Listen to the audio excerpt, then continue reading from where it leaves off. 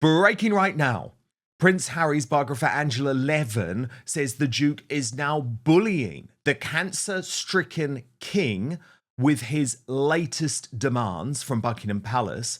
That comes as Hollywood insider Rob Shooter reveals that Buckingham Palace has actually called Prince Harry's peace offer a PR stunt, with claims from a royal source that he leaked it himself to look good, not to make amends. Here's this bombshell new reporting. Prince Harry's so-called olive branch, the royal family, ? Palace insiders are calling it another manipulative media move. After Team Sussex leaked that Harry had shared his public calendar with Buckingham Palace to avoid conflict, royal sources tell Shooter Scoop it's all a spin. This isn't about healing, it's about headlines, one longtime staffer says. Harry still wants relevance, but you can't Netflix your family then ask for a seat at the table. The leak came just days after Harry's Angola visit clashed with Queen Camilla's birthday, and insiders say the timing is no accident. Harry's broken the golden rule again. A Palace aide tells us, don't talk, don't leak, don't scheme, and he's doing all three. Bottom line, the firm sees through it and isn't rushing to roll out the red carpet. Now, of course, there is a divide within the British royal family. We know that. We know there are some people who are determined to try and bring Harry back in line. That's because that is what the king wants. But of course, Rob Shooter reports what I have been saying for some time, that when it comes to William, he's going to be banished. There is no way back. Multiple high-level sources confirming to Shooter Scoop what I have been saying, that once King Charles III passes, William will cut off his young brother permanently. A palace figure saying it isn't up for debate. William has already made the call. Harry will have zero role, zero title, and zero place in the new monarchy.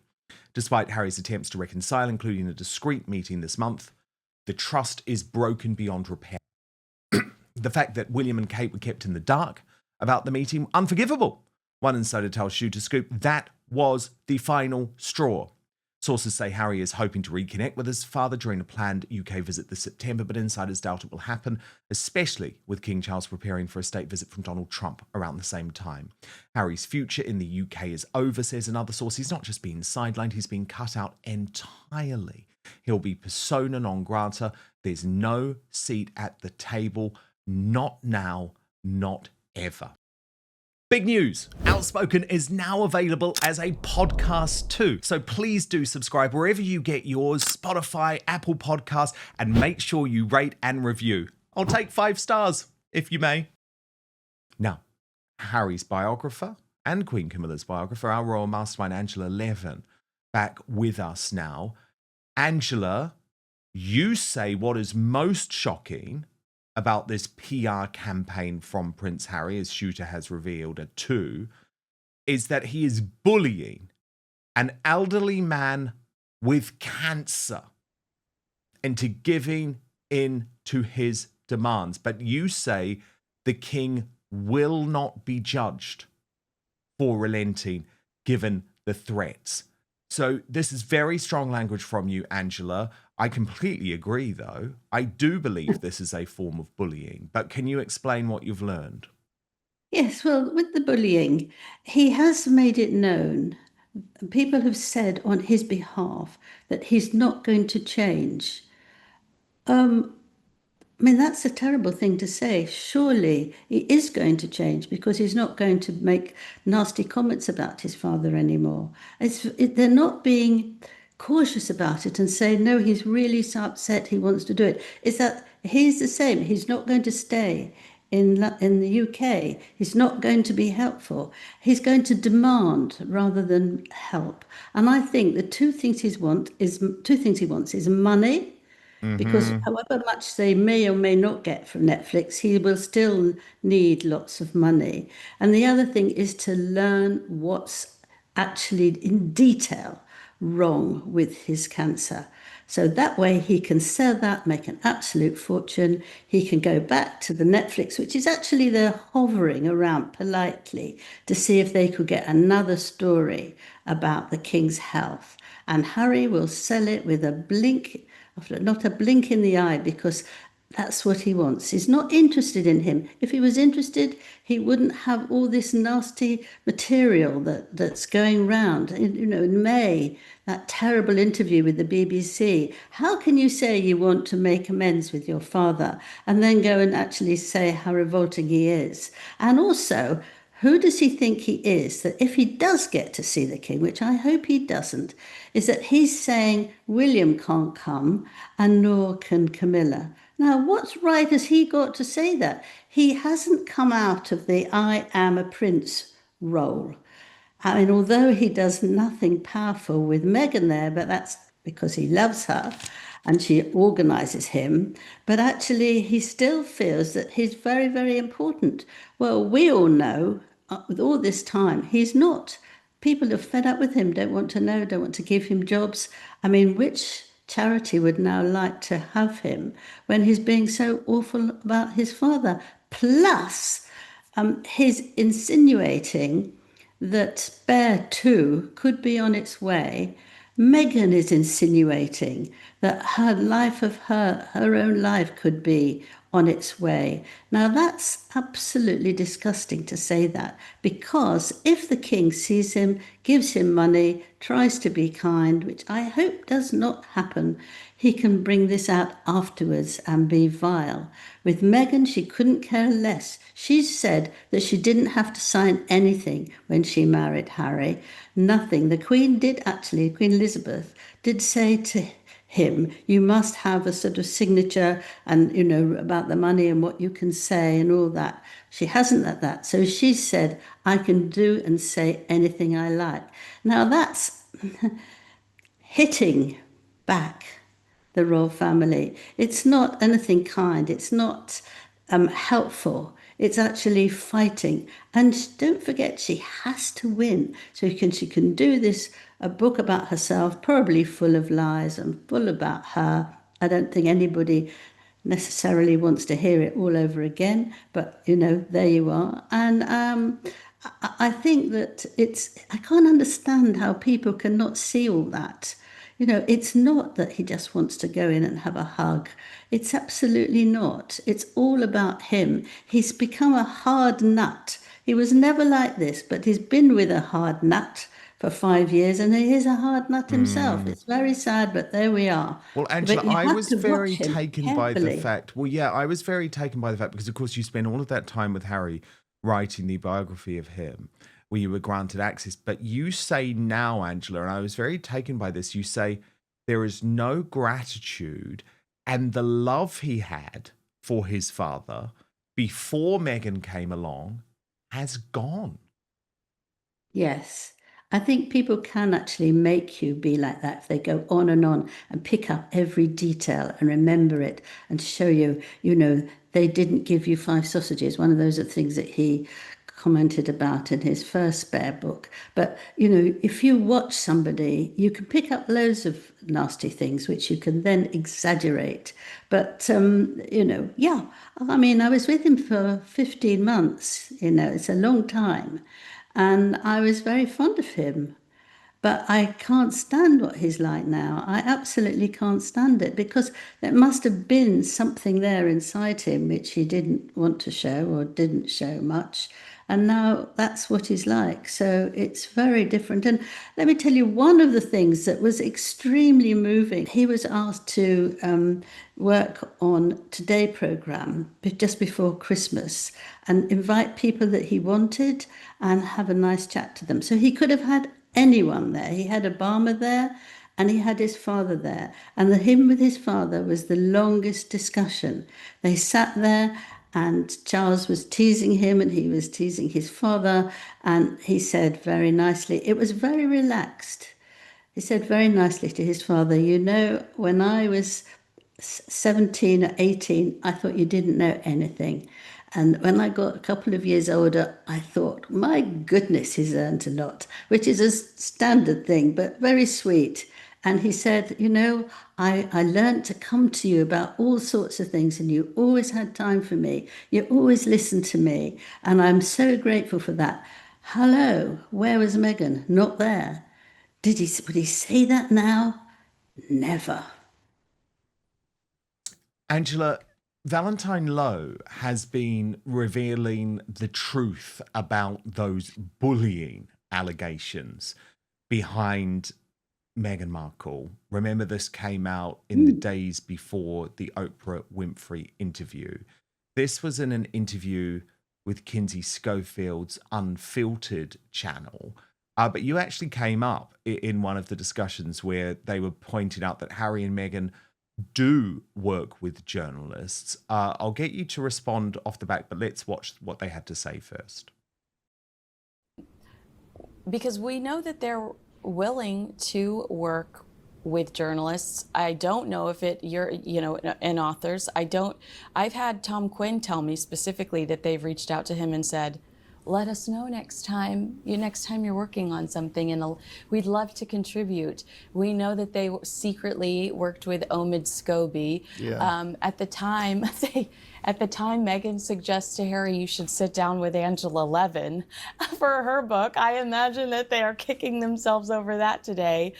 So we know that they want to have a say. Was their say spare? Yes, they're so, but it's very interesting that, because, if they read my book, there are bits in that which are sympathetic to them. Yes. There are bits which are critical of the royal family and not unsympathetic to them. So I haven't tried approaching them, but it'd be interesting, because I have been public enemy #1 for them. Well, no, public enemy 2 or 3. I think there are a few people. I got a couple of names above you. There are a few names ahead, but I'm in the top 10. But it'd be interesting to see if they would entertain an approach from me, knowing that actually I can be fair. Yes, you are. You are fair and you're kind.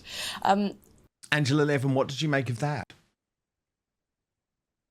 Well, I would never say who I'd actually talk to other than the person I was writing about. I'm very careful, I'm very cautious, and I get information out of people who actually then don't want their name attached to it. So they can be very well known and they not necessarily. So very nice to hear my name there, but I wouldn't actually say anything about what I've done, because I want them to trust me, and I want them to know that I've tried hard to get exactly right, but I don't want the whole world to. It's like, I'm not trying to get my father to listen to me when I'm telling everybody else what I'm going to be doing. No. But you do say, Angela, though, that, for example, people close to Meghan did help with Tom Bower's book, which will surprise people. Yes. Well, I've known Tom for a very long time. And he once came up to me and he said, I like your book on Harry. I'm going to pinch a load of it. Hope you don't mind. Gave me a kiss. Off he went. So that's Tom. But he also said to me, I said, how come you really like Meghan? She doesn't seem the sort of person you would like. So I said, well, I admire her because she's always determined. He said, but actually, if I talk to her, it means she'll pass me on to her friends and I can get more information for my book. Interesting. Now, Kinsey Schofield and Valentine Lowe also spoke about the Royal Reconciliation Summit. And Valentine Lowe agreed that he thought Prince Harry is now bored and lonely in Montecito. Angela, I want you to analyse this, but this is what they had to say. Royal Reconciliation Summit. What was your first reaction to that story? Immediately I think Harry's lonely, and I think that Harry is bored in Montecito. I think both those things are true, without any doubt. To call it a reconciliation summit is over-egging it a lot. Yeah. But, it all fits in with a slight pattern we begin to see of Harry in a bit more of an emollient mood. In that BBC interview after he lost the court case over his security, when he talked about members of the family not being able to forgive him, as opposed to he not being able to forgive his family, that was a very significant change. So just maybe, things moving in another direction, long way to go, plenty can go wrong. and we don't really know where it's heading. But it's a slightly different mood now than what it was. What is the message that the king sends if he were to, if we find out that they're communicating regularly, and that we know that he sees or visits with Prince Harry?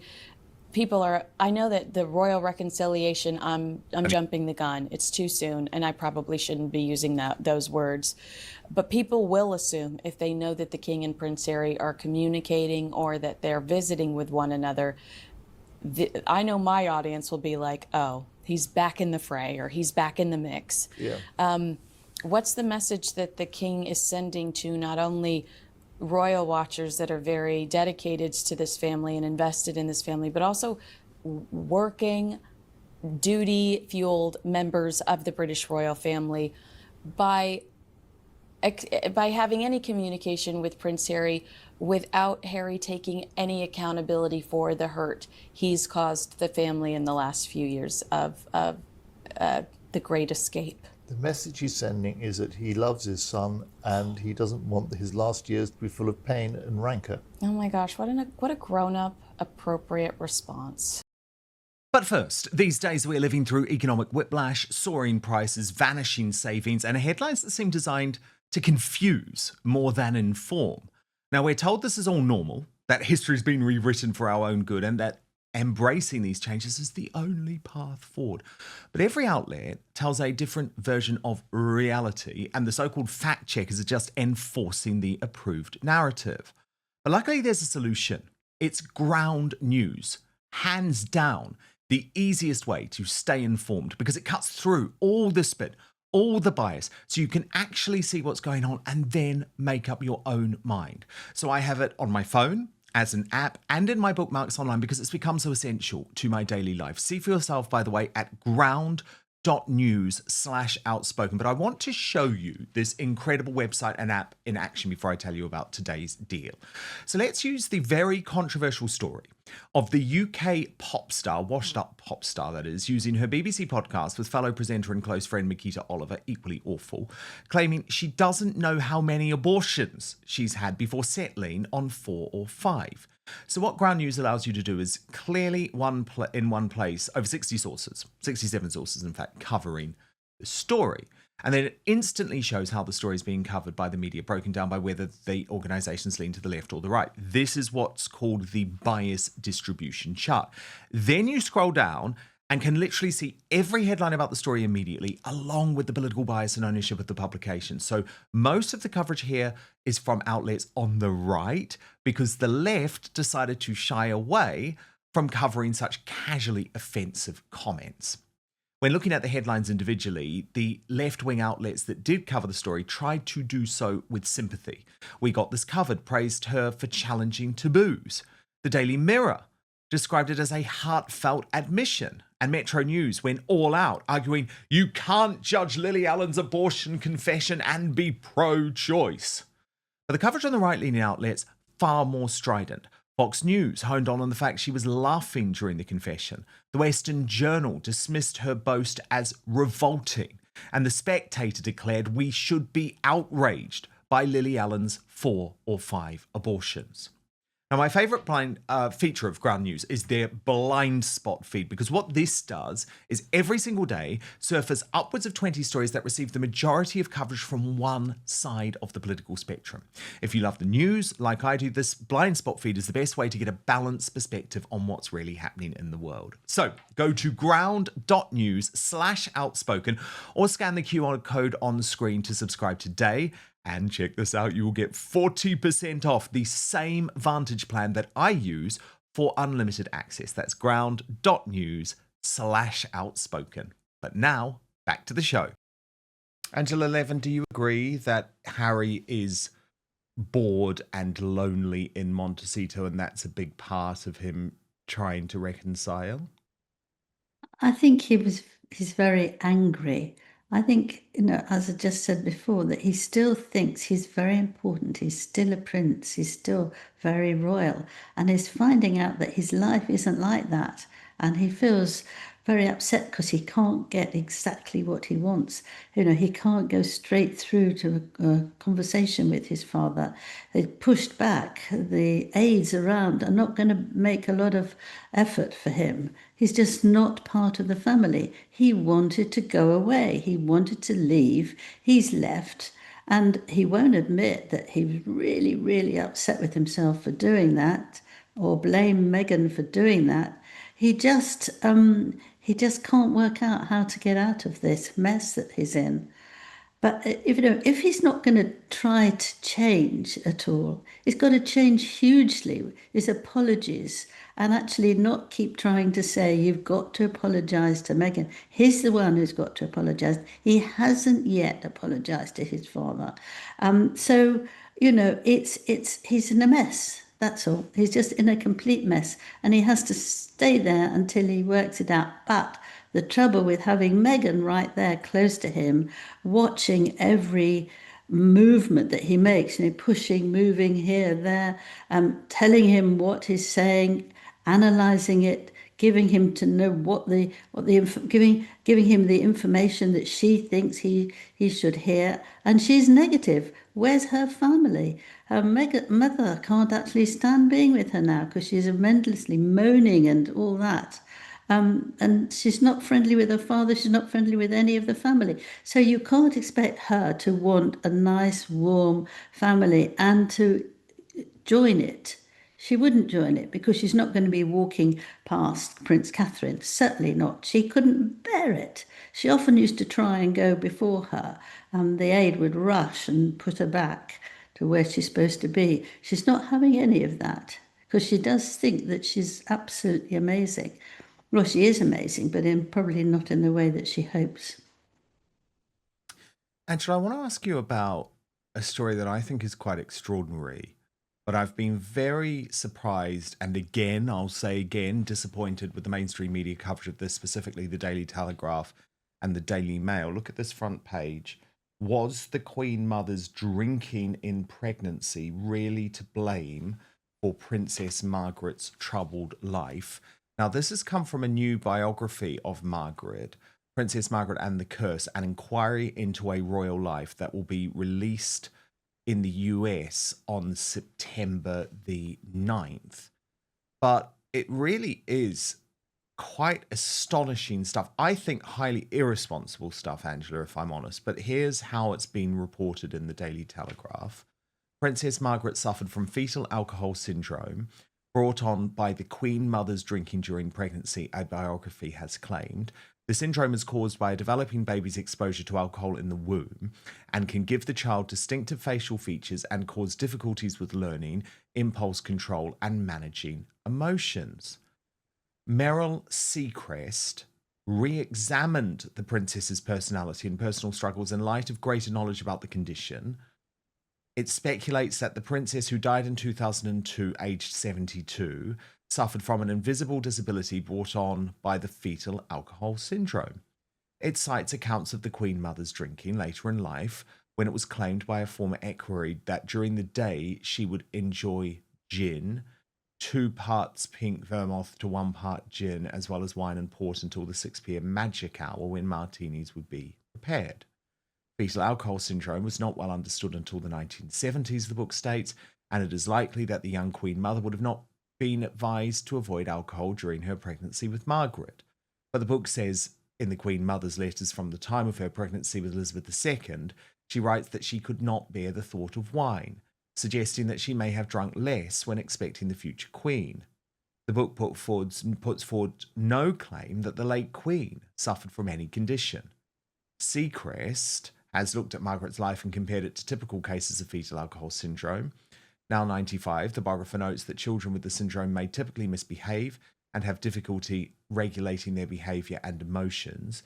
Additionally, it is claimed she had a poor awareness of physical danger, another effect of the syndrome, citing her apparent indifference to setting her hair on fire during a family get-together. Seacrest has cited the work of Dr. Kenneth Jones, a leading expert in fetal alcohol syndrome, who first properly identified the issue in 1973. There is no firm evidence that Margaret suffered from an alcohol-related neurodevelopment disorder, and the new biography has been written by comparing Margaret's life, as attested in pre-existing written sources, with those who have suffered from the condition. Now, Angela, there is so much supposition here. There is so much assumption here. I'm going to be honest, I find it pretty revolting.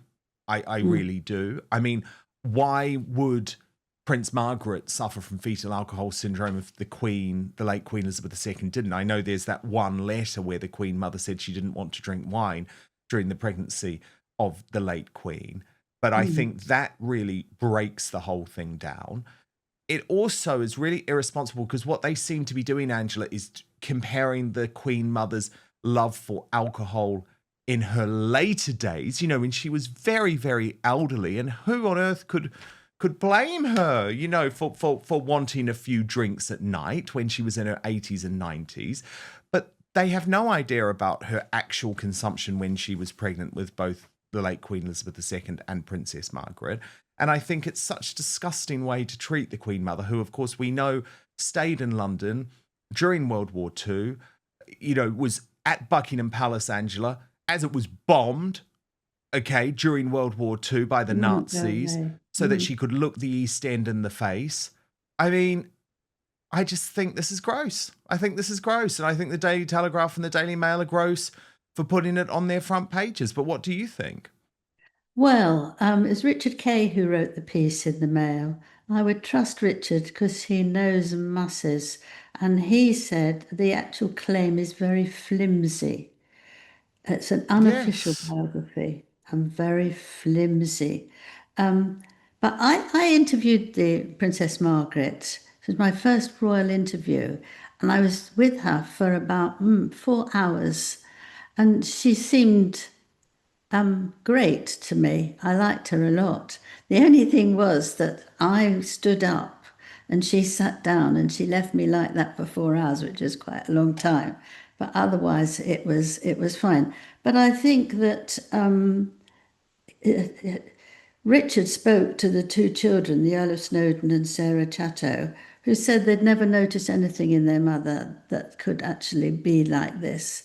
And I think that the Princess Margaret was incredibly lonely and unhappy, and that she couldn't marry the man she loved because at the time the Queen wouldn't let her because he'd already been married and she couldn't do that as a member of the royal family.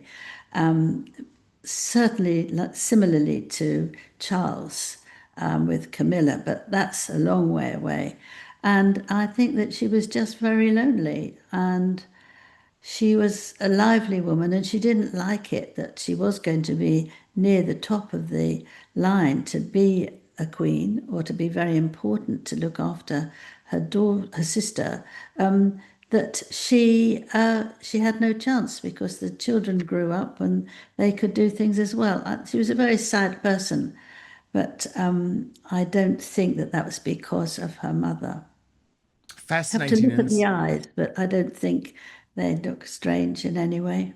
No, fascinating insight, Angela, especially given your personal experience with Margaret. I mean, I would absolutely have loved to have interviewed her. I guess what's interesting is you sort of think, I mean, what's the difference in age between Margaret and Elizabeth II? Only a couple of years, right? I mean, are they really suggesting that the Queen Mother's drinking changed so significantly? I mean, you've given birth multiple times, Angela. Does it really change between births? Like during one pregnancy, do you feel completely different to the other? Like, would she not have been drinking at all when she was pregnant with the Queen Elizabeth II, but then drinking lots with Princess Margaret? Yeah, actually, every time you try and have a baby, it's very different. So one can be very So easy, she could another have can been. be really, really difficult, and you're not the same person each time. Even if you've had some before, it's it's a special change that you can't really control. But I think with the Queen Mother, I mean that King Charles, was so fond of her. She used to look after him extremely well. They were very close. And in his garden, he's got all these sort of pictures of her in all sorts of materials. And he loved her much, much, much, much. And I don't think he would actually want to be there with her and hear about being royal and learn about being royal if she was drunk all the time. I just don't think he would. No, exactly. Absolutely not. And yeah, 4 years, 50 weeks between Elizabeth II. So Queen Elizabeth born April 21st, 1926, Princess Margaret August 21st, It's a good 1930. time in between. That's a good time to really recover and let your body get back again, because your body's awful. You think, oh my God, look what I look like. I never want to go out. So, after a year or so, everything's calmed down and you're back to yourself with the energy and the type you are. But you don't know during those 9 months how it's going to affect you. No, and I just sort of think, God, leave the Queen Mother alone. I mean, brilliant woman. Yes. Brilliant woman. And there's no evidence for this. This is the point. It is a theory. I believe it's a theory designed to sell books, Angela Levin. But there we go. Our Royal Mastermind, the biographer of Prince Harry and Queen Camilla. Thank you so much. And of course, if you do want access, first access to our Royal Uncancelled After Show every single weekday, Monday to Friday, then please do sign up to my Substack, www.outspoken.live. is the address. If you go for the monthly paid membership, you get first access either live or on demand to the Uncancelled After Show Monday to Friday. No advertising whatsoever. Substack is a free speech platform. I'd love you to come and support the Outspoken journey. You can do so by visiting www.outspoken.live. Have an amazing weekend. Thank you so much for watching Dan Wootton Outspoken. Please click on my face just to the bottom left to subscribe to this brand new independent news source and turn on the notification bell so you'll be alerted to our brand new live shows, uncancelled interviews, and special royal episodes. Outspoken is also now available as a podcast, so you can listen to the show every weekday on the go, wherever you are.